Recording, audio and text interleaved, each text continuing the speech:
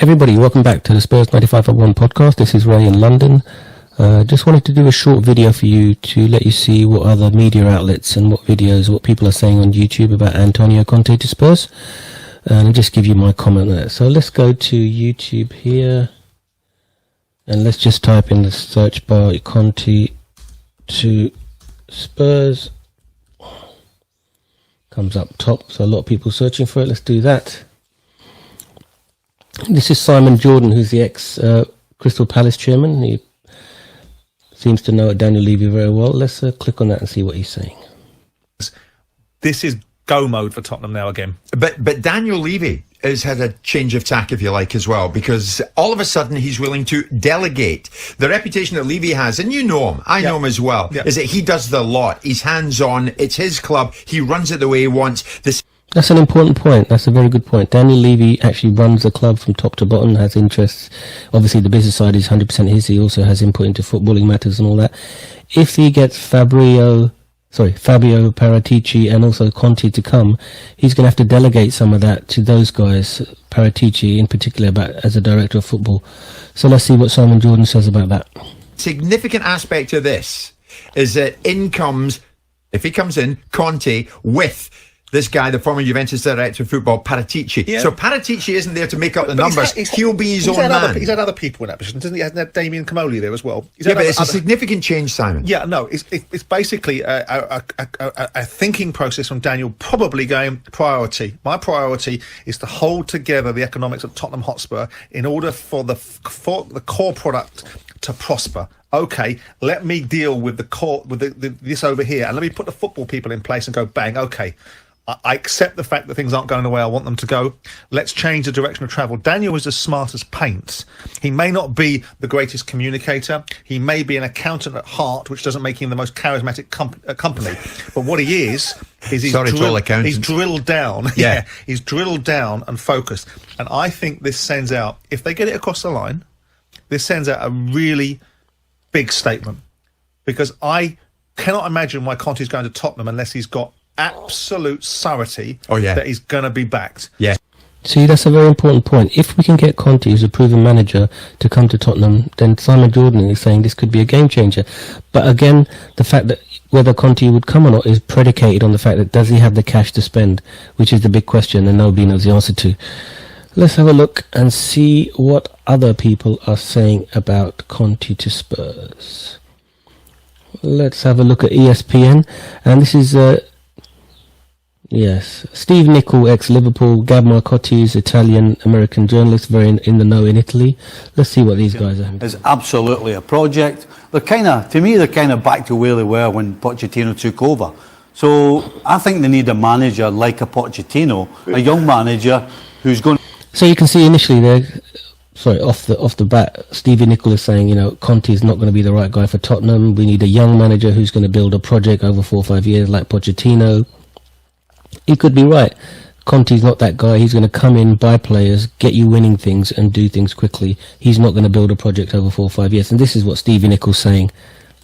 Going to be given time, who's not going to be complaining about not having money, but who's going to be able to build over a period of time. Because Antonio Conte does not want a project whatsoever. And if I'm Antonio Conte, I wait and do the old, I'll just have a year off. Right. Yeah, so he's saying basically wait to see if a better job comes up. He obviously doesn't like Tottenham, doesn't think it's a big club. Wait till a better job comes up. I'm not sure if he wants to wait. If he wanted to wait, he would have just stayed at Inter. Let's see what Gab Marcotti has got to say, because again, I rate him. Italian journalist, American Italian. Let's see what he has to say about this. Let's see, Gab. No, not at all. And obviously that is one obvious concern, and the guys make really good points there.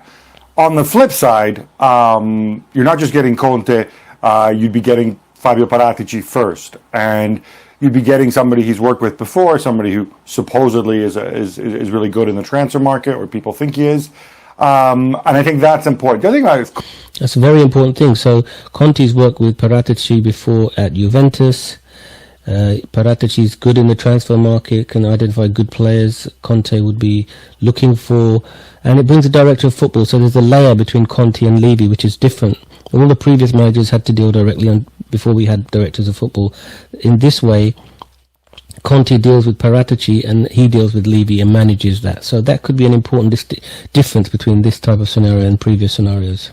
Conte, let's not forget, Conte took over a Chelsea team that under Mourinho I think had finished 10th the year before, and he won the title straight away. He took over a Juventus side in 2011 that hadn't won Serie A since 2003. Or they would say they'd won it with Calciopoli, but obviously they didn't. So, they were relegated second division, had done nothing, and he won 3 straight titles in a row. So, Conte is a guy who sees himself as somebody who can build a team over time as well. A very important point, a very good point actually. Chelsea were 10th or 11th, whatever you said, before Conte came in. They weren't in Europe or anything like that, similar to Tottenham, although we're in the Mickey Mouse European Continental Cup, whatever it's called. So it's a similar scenario. We haven't done well. We finished 7th or whatever. Conte's coming in. Why can't he turn it around for us? The key for me is, is he going to get the money from Levy? That's really the key. Let's play this on a bit. Obviously, the relationship with Daniel Levy is going to be crucial because we know that that's when things went south at Chelsea as well in his second year. But I also want to remind everybody. But it did go south at Chelsea, but don't forget he didn't have a director of football at Chelsea. Hopefully, if he has a director of football that can, bridge that gap between him and Levy, so he doesn't have to talk to Levy that much, he does it through the director of football, there could be a very, very big change here and something that could make this work. It's not like, with all due respect, it's not like he's joining Gillingham. Spurs in December, as Mourinho will no doubt remind us, were joint top of the table. Then things went wrong. But if you can channel some of that, I think, there's an argument to be made that Tottenham, with the right manager, aren't that far away from a top 4 finish. Wow. Exactly. So if we can keep Harry Kane, get some new players in and get a decent manager like Conte, why can't we finish in the top 4? Even this year, it was one of the worst seasons we've ever had. A couple of wins here and there and we could have finished top 4, so we're not that far off. And maybe even that trophy that Harry Kane wants. You can't say that. Last year was an absolutely incredible. I don't really want to listen to Steve Nicol. He's so anti-Tottenham, there's no point. Let's see if there's anything else on this video that you would be interested in. No, let's see what Jurgen Klinsmann has to say about it all. Just overall, we're talking about a top 4 place of success for Spurs. Does Conte want that and want to pin that up as success after winning big titles, obviously coming into this after that victory for Inter? You go into a scenario where your trophy is a top 4 finish? I think from my personal view, the situation we're in at the moment, if we win a cup and get top 4, that's decent. We're not at the stage where we can win the league. But let's see what Jurgen says. Well, his only belief can be to go to Spurs and win something right away. I mean, and winning in England means it's the Premier League first and foremost. So he has to be convinced that this is actually doable if he would consider a move to Tottenham. I think Tottenham's biggest problem right now, they have no identity anymore. After the disaster, obviously, on the playing field, but also disaster with the Super League. So there are huge problems there, and the fans just questioning, okay, what do we stand for? Tottenham was always famous for entertaining the fans. They're having outstanding creative players that make a difference, and need a manager like a Pochettino, a young man. Sorry, let me stop you there. Yeah, that's an interesting point from Jurgen there. We don't really have an identity now. We've got to change that. But hopefully if Conte comes in and starts playing the way he plays and the attacking football that he plays, this could be the start of something good. Let's see what else is on YouTube here. Let's go back.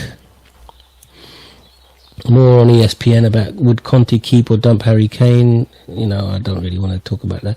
Not convinced by the Spurs job. This is, who's saying this? This is Tottenham fan Chris Cowlin is saying not convinced by the Spurs job. I think it's the whole thing is, whether he's going to get the money or not. Let's just see if there's anything on some other media outlets. Let's go to the BBC website Sport. Let's go to football. Normally we go to the gossip column at the bottom. Let's see, where is this? Gossip. And what we say, Tottenham on the brink of appointing Antonio Conte as the club's new manager with Fabio Paratici, blah blah blah. That's what we just saw on the video, so that's good.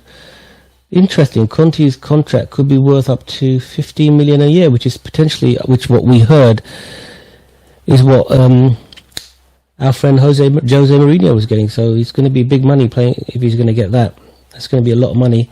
And he's promised significant funds by Daniel Levy. So there's going to have to be some sort of, because we all know Conte needs money, and he needs lots of money to do well. So if he's been promised that by Daniel Levy, that's good. Anything else about Tottenham? Tottenham are still in talks with South Korea of a new contract. Our contract agreement, a new manager appointed. So that's good news as well. We need Son to sign. We can't lose the players. And that's what the BBC is saying. Let's try another. Let's go to sports.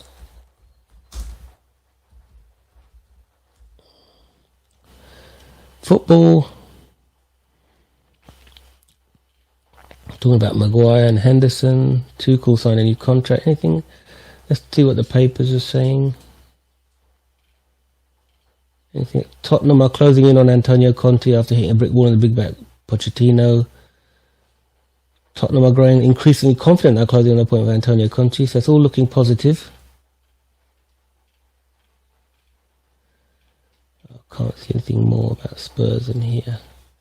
So there you have it, guys. It was just a quick update for you guys on what the media are saying about Tottenham, YouTube, BBC, Talksport and Sky, just to give you a quick update on what they're saying, and I'll try and do another video maybe this evening or tomorrow morning just to give you an update and see what people are thinking. But feel free to check out the videos and the websites to get more information. But this is Ray signing off for Spurs 91.501. Remember to like, comment and subscribe. Appreciate all your feedback, all your subscriptions, really do. And thank you very much. Take care. And all I have to say is one thing, it's come on you Spurs. Bye for now.